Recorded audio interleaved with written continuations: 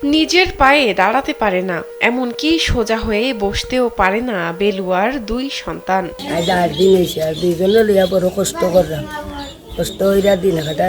দেখে বোঝার উপায় নেই, শৈশব কৈশোর পেরিয়ে তারা এখন যুবক যুবতী। ২৬ বছর বয়সী রাজেদ মিয়া ও ১৮ বছর বয়সী রাফেলা আক্তারকে এখনো মুখে তুলে খাইয়ে দিতে হয়। কেউই নাই, এখন মনে হরুন মা যদি মুখ তুললে খাওয়াতে খা।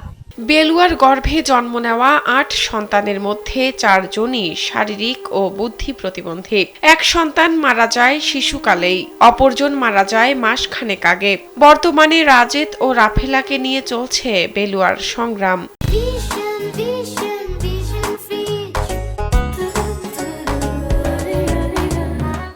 আমরা যতটুকু দেখি বহুত কষ্ট করে, বেটিও কষ্ট করে। বেটি যখন আনো জাগিতে এই বাচ্চা কোনো উপাস থাকে, কান্দা কোটা করে, তা আমরা কোনো সময় পানি টানি দিই, খায়। জন্মের সময় স্বাভাবিক মনে হলেও একটু বড় হতে না হতেই বোঝা যায় বেলুয়ার সন্তানরা স্বাভাবিক না। এক সময় অনেক ডাক্তার কবিরাজ দেখানো হলেও এখন আশা ছেড়ে দিয়েছেন। মৌলভীবাজারের শ্রীমঙ্গল উপজেলার লালবাগ গ্রামের দরিদ্র কৃষক শামসু মিয়া ও বেলুয়া বেগম দম্পতির সংসার এখন দুই প্রতিবন্ধী সন্তান নিয়ে। শামসু মিয়া বর্গা চাষী, শরীরে বাসা বেঁধেছে হার্টের অসুখ ও ডায়াবেটিস। দুই সন্তানের ভার আর বইতে পারছেন না শামসু মিয়া।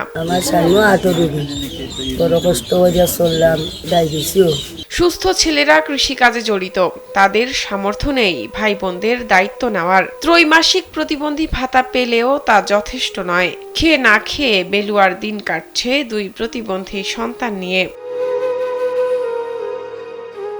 সমাজের বিত্তবানরা তাদের সহযোগিতায় এগিয়ে এলে হয়তো প্রতিবন্ধী সন্তান দুটোকে একটু আদর যত্নে রাখতে পারতেন বলে মনে করেন বেলুয়া। শাহনাজ পারভিন, কালবেলা।